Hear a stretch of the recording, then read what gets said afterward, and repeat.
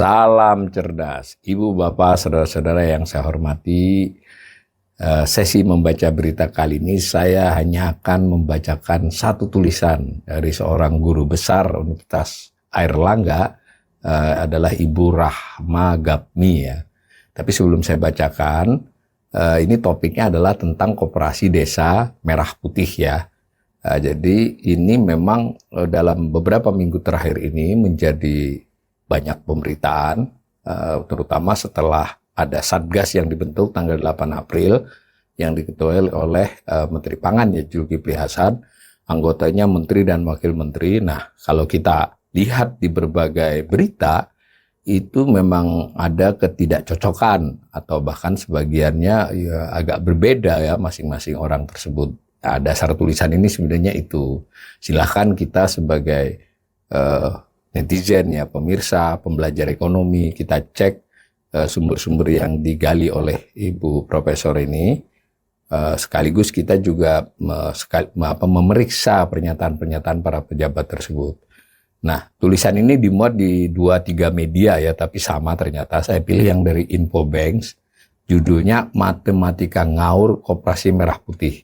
Modal 400T kok untungnya 2000T, bisnis apa? Gitu ya, ditulis tanggal 15 April 2025.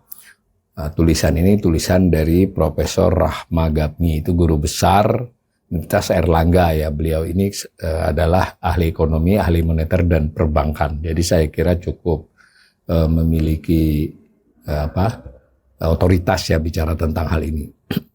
Nah, ditulis oleh beliau di paragraf pertama, gonjang-ganjing pembentukan koperasi desa atau Kopdes Merah Putih antara nafsu dan kemampuan masih belum seimbang. Ini penilaian langsung ya di paragraf pertama. Sebelumnya sudah beredar isu bahwa anggaran untuk modal awal pembentukan Kopdes Merah Putih berasal dari bank-bank himbara. Namun karena banyak masyarakat menentang untuk melibatkan perbankan karena berpotensi menjadi kredit macet, sekarang malah beralih ke APBN dan APBD. Hal tersebut diperkuat oleh pernyataan Menko Bidang Pangan Zulkifli Hasan yang mengungkapkan bahwa anggaran untuk Kopdes ini akan berasal dari APBN dan APBD. Anggaran tersebut akan diambil dari APBN, APBD. Besarannya per koperasi antara 3 miliar sampai 5 miliar katanya.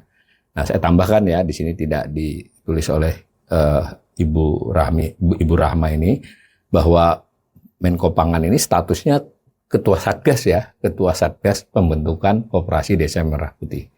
Nah, lanjut tulisannya, berbeda dengan Julhas, Menteri Dalam Negeri Tito Karnavian menjelaskan Kopdes Merah Putih akan menggunakan APBD perubahan yang akan diusulkan pada Mei 2025. Nah, jadi ini mungkin perlu kita pahami ya, kan APBD sudah diketok itu untuk menggesernya.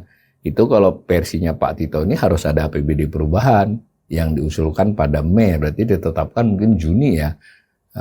Kita tidak tahu, padahal koperasi itu ditargetkan pada 12 Juli nanti, pada saat hari koperasi itu diumumkan ya, ditargetkan seluruhnya sudah berdiri ya, 80.000 koperasi.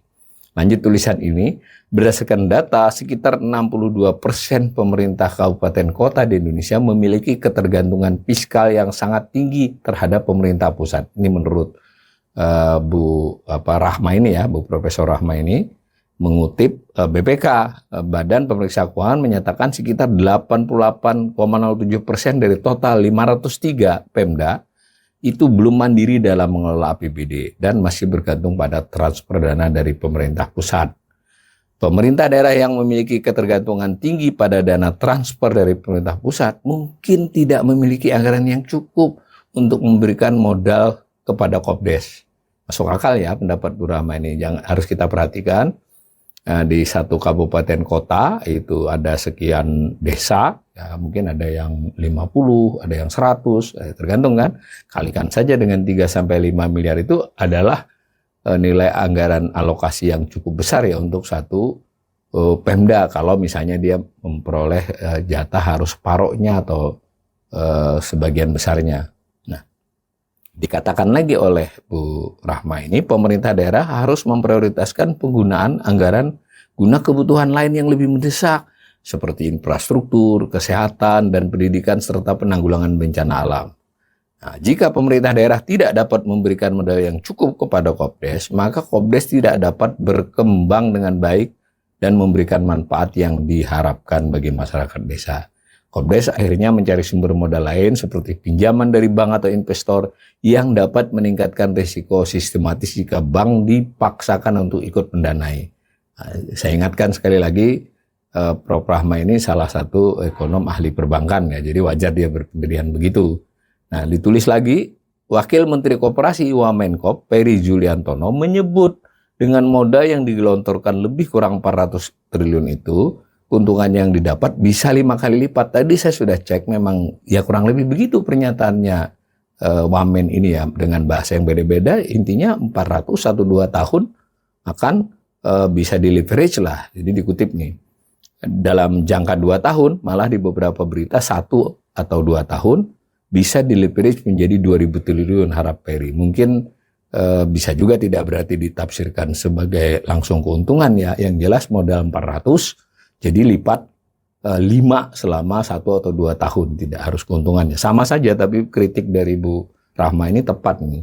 Menurut saya ini dalam hal ini penulis ya, Prof. Rahma, logika berpikir Wamenkop itu error. Beliau menggunakan kata-kata error ya. Bagaimana cara menghitung rasionalitas keuntungan 2.000 triliun dengan modal 400 triliun? Nah, sungguh hal yang muskil, tidak logis menurut dia. Mari kita hitung-hitungan ala anak PAUD belajar matematika sebelum melangkah pada level sarjana. Rasio keuntungan terhadap modal adalah 2.000 dibagi 400, berarti 5 kali lipat.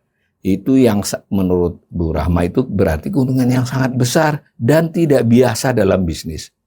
Make sense ya, masuk akal ya.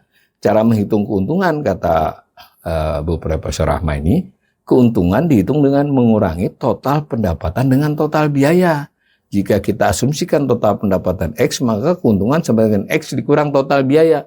Jadi keuntungan jika keuntungan 2.000 triliun dan modal 400 triliun, maka total pendapatan harus sangat besar. Nah, ini kuncinya ya. Jadi jauh lebih dari 2.000 triliun dong pendapatannya. Ya, kalau mau dikembangkan lagi, misal kita mau, ya omsetnya harus berlipat lagi. Keuntungan itu kan sudah selisih. Nah, kemudian kalau pendapatan itu dikurangi biaya, berarti kan untuk dapat pendapatan kan juga butuh kelolaan yang besar juga. Subjudul selanjutnya dari tulisan beliau ini, faktor yang mempengaruhi keuntungan. 1, margin keuntungan. Makin tinggi margin keuntungan, makin besar keuntungan yang dapat diperoleh. 2, volume penjualan. Nah, kan tadi sudah saya katakan, masih makin besar volume penjualan, makin besar pendapatan yang dapat diperoleh. 3, efisiensi biaya. Makin efisien biaya, makin besar keuntungan yang dapat diperoleh. Nah, keuntungan 2.000 triliun dengan modal 400 triliun sangat tidak rasional jika tidak ada penjelasan yang komprehensif tentang bagaimana keuntungan tersebut diperoleh. Pertanyaannya, bagaimana tata kelolanya, bisnis modelnya, margin keuntungan, volume penjualan, dan efisiensi biaya untuk memahami bagaimana keuntungan sebesar itu dapat diperoleh. Nah, lanjut tulisan beliau memberikan rekomendasi nih ya, beberapa poin yang perlu dipertimbangkan. Ada beberapa hal yang perlu dipertimbangkan. Salah satunya adalah kemampuan APBN yang makin cekak. Kita ketahui bahwa defisit APBN kita 104,2 triliun ini 3 bulan yang berjalan ya. Kalau selama setahun itu direncanakan 616 ya. Nah, APBN, tapi ini kira-kira yang sudah berjalan 3 bulan aja kita sudah defisit gitu loh. APBN memiliki keterbatasan anggaran yang harus dialokasikan untuk berbagai program populis pemerintah serta kegiatan-kegiatan lain. Pemerintah harus memprioritaskan alokasi anggaran untuk program dan kegiatan yang paling penting dan berdampak besar bagi masyarakat. Misalnya jika terjadi bencana, APBD sudah tidak mencukupi karena sudah dibuat modal untuk koperasi. Lantas bagaimana penyelesaian dari tanggap darurat bencana tersebut? Menunggu dana dari pusat, tentu korban akan kelaparan dan keburu metong duluan. Jadi sudah agak keras ini tulisannya beliau ini, kayak pembentukan 8.000, di sini tulis 8.000 yang mungkin salah tulis, 80.000 Kopdes sebenarnya memerlukan biaya yang besar, termasuk biaya untuk pembangunan infrastruktur, pelatihan, dan pendampingan. Pembangunan Kopdes juga membutuhkan sumber daya manusia yang kompeten dan terlatih untuk mengelola dan mengembangkan koperasi. Yang juga penting untuk dipertimbangkan adalah akses Kopdes terhadap pasar dan jaringan bisnis. Kalau nanti saya komentari sedikit ya, kalau dicari di mesin pencarian memang sudah diketahui akan melatih sekitar 250.000 ya manajer atau calon manajer. Tapi ini atau pengurus inti lah, pengelola inti ini betul-betul serius ya.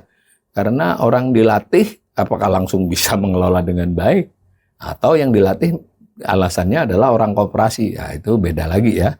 Nah, lalu ditulis lagi oleh beliau risiko dan tantangan, subjudulnya. Ada sejumlah risiko dan tantangan terkait pembentukan Kopdes ini. Salah satu contoh yaitu risiko kegagalan. Ini bagus saya kira mengingatkan. Ini tidak hanya soal Kopdes ini. Pemerintah cenderung memberikan narasi kebijakannya agak sedikit, bukan agak sedikit ya, buat banyak pihak itu berlebihan. Hampir selalu tidak menjelaskan faktor risiko. Ada bentuk apapun upaya, apalagi yang sifatnya bisnis, itu pasti risiko. Apalagi kalau bisnis diharapkan memberikan keuntungan yang tinggi, itu pasti risikonya juga besar. Nah, kira-kira begitu logikanya ini.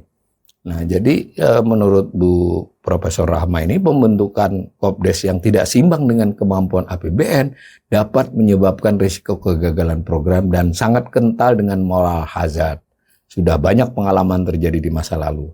Implementasi program pembentukan Kopdes juga dapat menghadapi sejumlah tantangan, seperti kurangnya infrastruktur, sumber daya manusia yang tidak memadai, dan saya yakin dalam pemilihan kepengurusan masih diberlakukan like, dislike, bukan meritokrasi. Ini penilaiannya. Ibu ini ya, secara keseluruhan menurut beliau perlu dilakukan analisis yang lebih mendalam untuk mengetahui kemampuan APBN dalam mendukung pembentukan.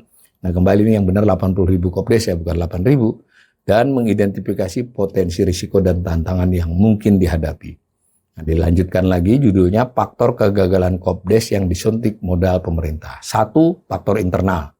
Yang termasuk faktor internal antara lain pengelolaan yang buruk. Pengelolaan koperasi yang tidak profesional, tidak transparan, dan tidak akuntabel dapat menyebabkan kegagalan koperasi. Selain itu, kurangnya kemampuan manajemen. Kurangnya kemampuan manajemen koperasi dalam mengelola usaha dan keuangan juga dapat menyebabkan kegagalan koperasi.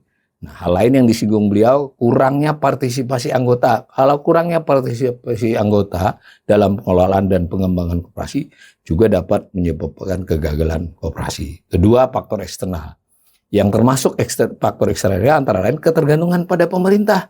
Koperasi yang terlalu bergantung pada pemerintah daerah dalam hal pendanaan dan dukungan dapat menyebabkan kegagalan koperasi jika Pemda juga tidak dapat memberikan dukungan yang memadai. Nah, termasuk diulangi lagi soal infrastruktur.